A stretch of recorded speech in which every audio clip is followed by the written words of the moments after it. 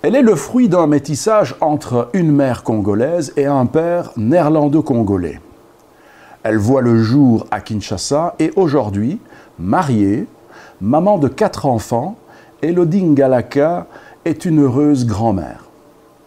Elle a fait ses études en philologie romane et en linguistique en Belgique. Depuis 2020, elle est membre cofondatrice du collectif Bokutani, au sein duquel elle tient la fonction de directrice du prix littéraire Émilie-Flore Féignon.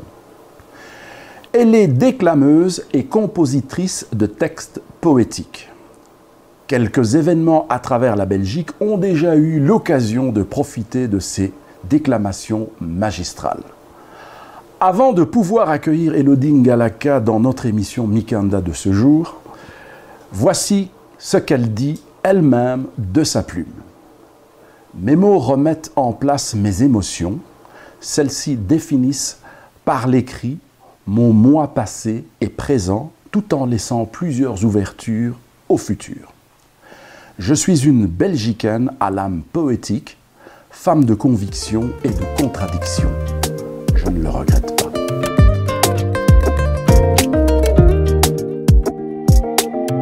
Mikanda, une émission littéraire, un partenariat entre l'association Bokutani et Radio Beauté. Bonjour Elodie, merci d'avoir accepté de nous partager votre littérature et votre vie de femme de lettres à travers cette émission Mikanda, qui est une émission littéraire audio diffusée, qui est le fruit d'une production grâce au partenariat de Radio Beauté et du collectif de promotion de littérature congolaise Bokutani. Et un grand merci à Jean-Jacques Ben de Radio Beauté qui a si magistralement présenté notre invité. Je confirme. Alors Elodie, nous venons d'écouter une brève présentation de toi. Nous aimerions donc en savoir un petit peu plus. Qu'est-ce qui a fait que la passionnée de littérature que tu es depuis ton adolescence et qui écrit depuis ton adolescence ne puisse publier ses textes qu'en étant déjà grand-mère? Bonjour Martine, voilà, donc nous sommes collègues et amis, donc je remercie aussi Bokutani et Radio Beauté via Jean-Jacques Ben de me recevoir ici en tant qu'autrice de poésie. Tout l'honneur est pour nous. Merci beaucoup, merci Martine.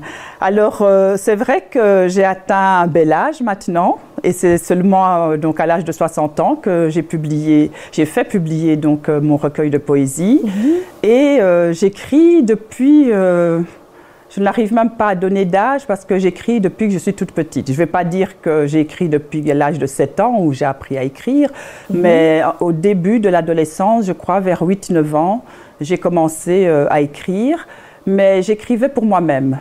Donc comme une sorte de journal intime. Donc quand j'avais quelque chose à dire, je l'écrivais sur un papier. Donc c'est une habitude que j'avais, je crois, parce que je faisais partie de ces enfants que les parents au pays avaient envoyés en Europe pour étudier.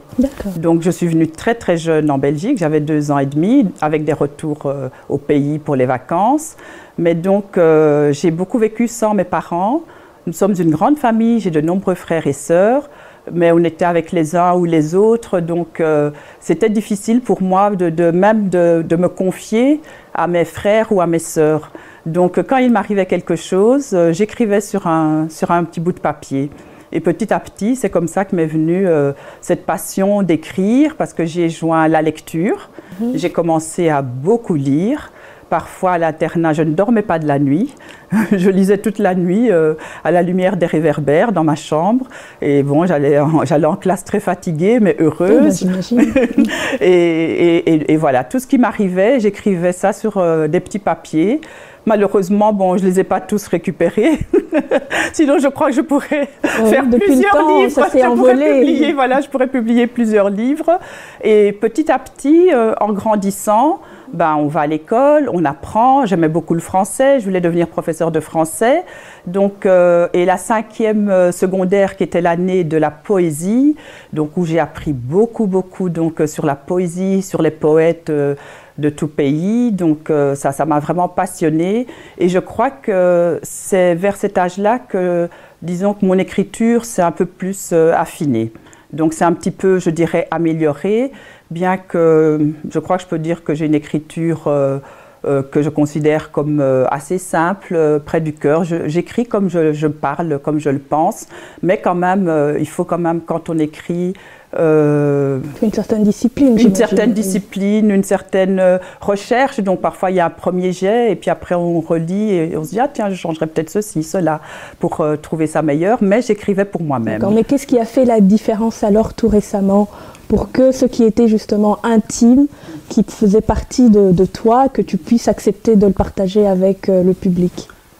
Petit à petit, en prenant un peu d'âge, je me suis posé parfois la question, parce que j'ai commencé à rassembler quelques textes, quelques poésies que j'avais, d'après des thèmes et tout, et je me disais, ah tiens, est-ce que je publierais pas un jour? Mais je ne le sentais pas. C'était vraiment, je ne me voyais pas confier tout ce moi à d'autres personnes.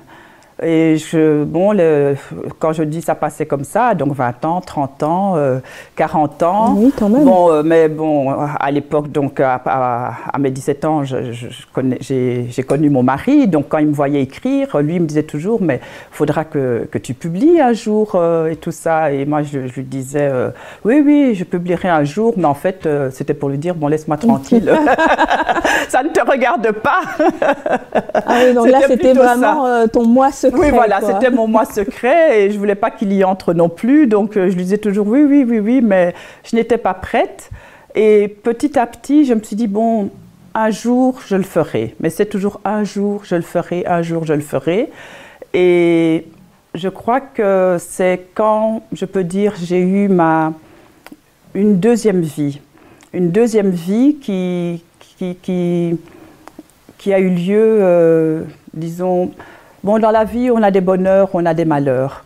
Et parfois, quand les malheurs deviennent un peu trop gros, voilà, plus grands, on a besoin de plus de soutien, Et petit à petit, je me suis dit, mais bon, si je confiais un petit peu ce moi-là à d'autres, ils pourraient aussi me soutenir. Donc, c'est comme ça que l'idée de publier a commencé à me trotter dans la tête. Et je peux dire que c'est... Après avoir lu le livre c'est Où on va papa, donc de Fournier ou Tournier, excusez-moi, bon je l'ai écrit dans mon recueil mais là le nom m'échappe, mais son titre c'est Où on va papa, donc un monsieur qui raconte quelques pans de sa vie avec ses deux enfants fortement en situation de handicap. Et quand j'ai lu ce livre-là, j'ai été beaucoup touchée. Et moi-même qui m'occupais de deux enfants, donc mon fils et mon petit-fils qui sont aussi en situation de handicap, là, je me suis dit, mais tiens, au fond, il y a des choses que je vis avec eux et que eux, ils ne peuvent pas partager aux autres. Pourquoi est-ce que je n'écrirais pas pour expliquer ce que je vis avec eux? Comme ça, les gens pourraient aussi comprendre ce que eux, ils vivent. Donc, l'idée m'est venue. Et tout en lisant ce livre-là, j'ai commencé à lire le livre et à écrire en parallèle de temps en temps. Mais quand je parle comme ça, mais c'est des petits pans de vie. Donc j'ai écrit en 2009, j'ai écrit en 2010. Donc chaque année, j'écrivais des petites choses. Donc c'était le livre, je m'adressais à mon fils Florian et je m'adressais à mon petit-fils Elias. Et donc j'ai commencé à écrire comme ça en pensant vraiment à la publication. Et puis quand je me suis dit, oui, mais moi j'écris beaucoup de poésie et tout, et là je veux quand même écrire un récit, est-ce que je suis compétente pour écrire un récit? Parce que la poésie, je ne choisis pas les mots. En fait, l'inspiration me vient et j'écris. Donc j'écris et hop, hop, hop, sur le papier, c'est là et j'écris. Mais tandis que là, c'est des petites choses qui sont arrivées dans la vie et tout ça. Et alors, j'ai commencé à aller dans des ateliers d'écriture. D'accord, parce que je me demandais justement, parce que tu dis que c'est l'histoire de ta vie, quelque part aussi, qui t'a conduite à publier, mais alors pourquoi poésie et non pas une prose, parce que oui, voilà. on n'imagine pas raconter sa vie en poésie, on écrit généralement ce que l'on vit. Qu'est-ce qui a fait finalement de choisir ce genre littéraire? Oui, et donc ce livre-là, donc, qui est en prose, que j'ai commencé à écrire petit à petit, je me disais, je vais le faire publier, mais il faut d'abord que j'améliore ma prose. Il faut que j'améliore ma prose, donc j'ai été à des ateliers d'écriture. Et puis, quand j'ai trouvé que j'avais dit tout ce que je devais dire, c'était vers 2017. Donc, c'était quand même déjà un peu tard, mais c'était vers 2017. Je me disais, bon, voilà, je le termine. Je l'ai proposé à la relecture. Je l'ai proposé à la relecture chez Cléa, qui est une compagnie spécialisée. Et ils m'ont fait un retour assez long. Et j'ai lu ce retour. J'étais d'accord avec certaines choses à améliorer, pas d'accord avec d'autres. Mais les choses là où j'étais d'accord, donc je me disais, ah oui, ils ont raison, là, là, là et là. Il faut que je fasse telle ou telle correction. Mais je n'y arrivais pas. Donc là, j'avais déjà tout donné, donc j'ai mis ça de côté. Tu avais l'impression de dénaturer un peu ton texte? Peut-être au fond de moi, mais je ne me le disais pas. Donc je me disais seulement, bon, quand je serai prête à faire une relecture et mes corrections, ben, je le ferai. Je remettais chaque fois au lendemain. Donc, mais je suis une déesse de la procrastination. Hein, donc comme beaucoup d'entre nous, je confirme. Donc je me disais toujours, je vais remettre au lendemain, je vais faire ça demain. Et petit à petit, je me suis rendu compte que demain n'arrivait pas. Et je me suis dit, si je continue comme ça, je ne vais jamais publier. Et alors là, je me suis fait violence. Je me suis dit, oui, mais bon, tu as plein de poésie dans tes tiroirs, tu as plein de textes. J'ai des centaines et des centaines de textes parce que tout en écrivant cette prose, je continuais à écrire mes textes. Et le déclic, ça a été donc au confinement. Donc on sait bien que toute la Belgique, toute la terre entière s'est mise à écrire. Et c'est découvert des talents. C'est découvert des talents. Lors de la pandémie, bon, malheureusement, bon, il y a eu des malheurs, mais bon, il y a eu aussi quelques bonheurs. Et pendant la pandémie, donc, j'ai pu me poser les vraies questions, de me dire, bon, pourquoi est-ce que je ne publie pas? Est-ce que j'ai peur de publier? Puis je me suis dit non, je ne publie pas parce que je me suis dit, je vais publier cette prose et pour le moment, je n'y arrive pas. Mais publier, j'ai d'autres textes. Donc voilà, donc j'ai été prendre une partie de mes textes et j'ai commencé à classer, à regarder ce que je voulais publier maintenant ou pas. À savoir que j'ai d'anciens textes beaucoup plus vieux que j'aurais pu publier tout de suite. Parce que j'avais déjà fait un classement de certains de mes textes, mais j'avoue que ces premiers recueils, que j'ai mis tous mes textes en recueil, et mes premiers recueils étaient vraiment très intimes et parlaient de mes moments vraiment d'émotion lors de certains malheurs familiaux, etc. Donc je ne me suis pas sentie à les publier. Je ne me sentais pas encore prête. Il y avait encore une pudeur. Oui, voilà. Il y avait encore une certaine pudeur. Et puis peut-être aussi une certaine peur aussi de me présenter au public directement avec ce côté noir, avec ce côté, cette faille, comme si peut-être il n'y avait que du noir en moi. Alors que les gens me connaissent comme quelqu'un de toujours souriant. Tout à fait, absolument, je confirme. Je crois qu'au fond de moi, il y avait cette peur de me dire mais si tu publies ce texte, ce recueil-là, les gens vont se dire, oh là là. On va découvrir une autre Élodie. Voilà, une autre Élodie. Je crois que ça m'a peut-être fait un petit peu peur et j'ai mis un petit peu de côté. Je me suis dit, non, je vais plutôt rassembler un petit peu de tout et par thème. Et petit à petit, c'est comme ça qu'est né mon recueil. Et voilà, et donc aujourd'hui, on a ce magnifique recueil de poésie. Merci. Et dans ce chemin de publication, est-ce que ça a été difficile de trouver un éditeur qui accepte de te publier? Ah oui, ça c'est le chemin de croix. Oui, ça c'est un chemin de croix. Je crois que tous ceux qui ont essayé la publication, sauf quelques chanceux, parce que voilà, ceux qui sont pris tout de suite, ce sont vraiment des chanceux, mais tout le monde sait que Harry Potter, je crois qu'elle a fait 9 ou 10 maisons d'édition avant qu'on accepte et tout. Oui. Et c'est vraiment un chemin de croix, je crois, pour la plupart des personnes. En tout cas, aujourd'hui, on a ce recueil poésie. Si j'ai bien compté, il y a 69 poèmes. C'est possible, je n'ai plus... Oui, je crois. 69 poèmes répartis en 7 chapitres. Félicitations, merci. Qui est une grande production et de grande qualité, je confirme. Eh bien, au départ, je vous avoue qu'il y en avait 175. Ah oui, donc il y a encore, on peut attendre encore d'autres. Quand j'ai fait le premier choix, je me disais non, ça doit être dedans, ça doit être dedans, ça doit aussi être dedans. Je me suis retrouvée avec 175 ou 175 textes pour les Français de Paris.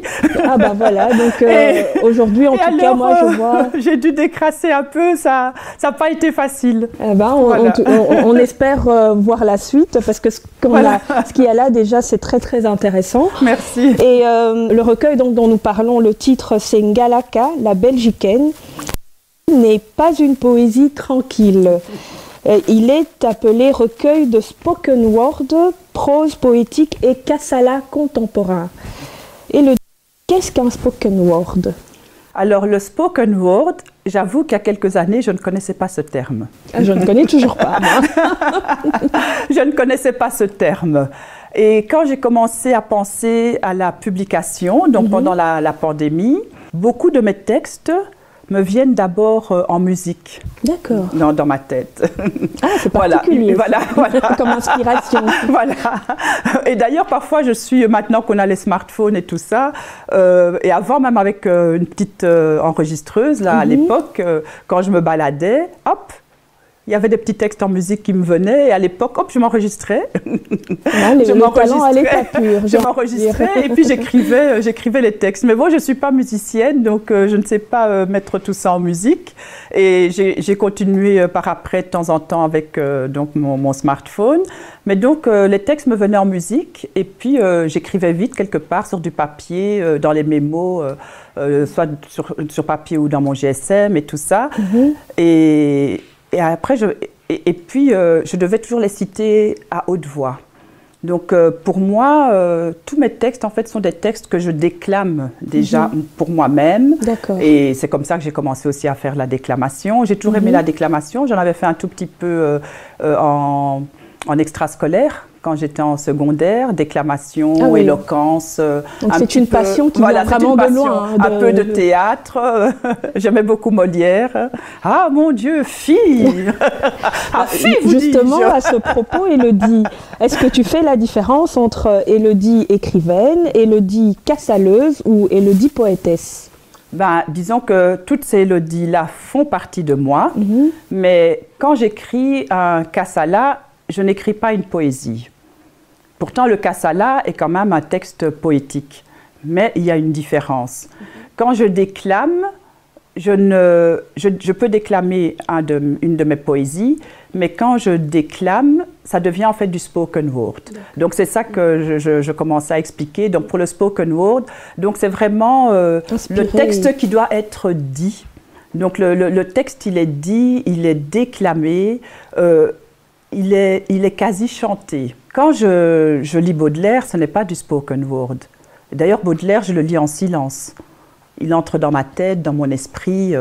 Donc, toutes les poésies que je lis, les poésies classiques, donc je les lis en silence. J'aime beaucoup le kassala contemporain, mais pour écrire un kassala, il y a certaines, entre guillemets, règles. Mais les règles... Comme le dit le professeur Kabuta, qui est le maître du kassala, les règles peuvent être dépassées et oubliées. D'accord, il n'y a rien de figé. Non, il n'y a rien qui est figé, mais le kassala, il y a l'emphase, il y a vraiment beaucoup de choses. Ce serait toute une émission pour expliquer le kassala contemporain. Mais, et quand je déclame, par exemple, mes propres textes, quand je vais déclamer, je vais peut-être répéter certains mots. Je vais répéter certains mots, je pourrais même ajouter un ou deux mots, ou changer même l'ordre des phrases. Parce que quand on déclame, le texte, il devient autre. C'est spontané. Oui, voilà. Donc, voilà. Merci en tout cas de nous faire découvrir cette passion. On sent que ça vient du cœur et on est tout de suite habité par la passion telle que tu la vis, telle que tu l'exprimes. Merci. Et ça fait maintenant 4 mois, du coup, que ce recueil est publié. Est-ce que tu as eu un retour déjà de tes lecteurs? Est-ce qu'il y a un poème en particulier qui est le plus ressorti des échos que tu as eus de ton lectorat?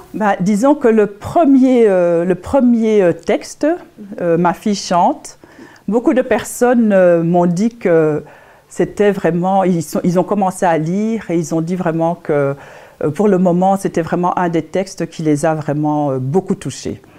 Donc ça m'a fait chaud au cœur. Ah, c'est magnifique, c'est très beau, c'est voilà. Le texte vraiment qui commence. Oui, et c'est un texte très personnel en plus, donc ça m'a vraiment fait très chaud au cœur. Ah ben, nous arrivons tout doucement à la fin de cette émission. Déjà, c'est pas possible. Vraiment, je sens moi-même que voilà, on boit tes paroles, Élodie, on a envie d'en savoir un petit peu plus. Est-ce qu'il y a dans ces 69 poèmes qu'il y a dans le recueil, est-ce qu'il y a un en particulier qui s'attache particulièrement à l'une de tes cultures qui est prédominante? Il y en a 3 ou 4 qui ressortent et que j'ai mis spécifiquement dans mon recueil pour symboliser mes différentes cultures. Alors, je précise que je n'ai pas la nationalité belge. Donc, je corrige un petit peu le début. Voilà. Okay. Je suis de nationalité hollandaise, néerlandaise. Voilà. Je commence mon recueil avec plusieurs textes sur Kinshasa. Parce que Kinshasa, c'est ma ville natale, c'est mon pays. Je suis à Kinshasa, je suis chez moi. Et voilà, donc ça devait vraiment ressortir. Mais je suis en Belgique depuis que je suis toute petite. Donc la Belgique, c'est mon pays d'adoption, c'est mon pays de cœur. J'aime beaucoup la Belgique. Et c'est pour ça que dans mon recueil, j'ai mis... en fait, ce texte m'est venu un jour et il fallait qu'il soit dans mon recueil, c'est Belgique, mon ami.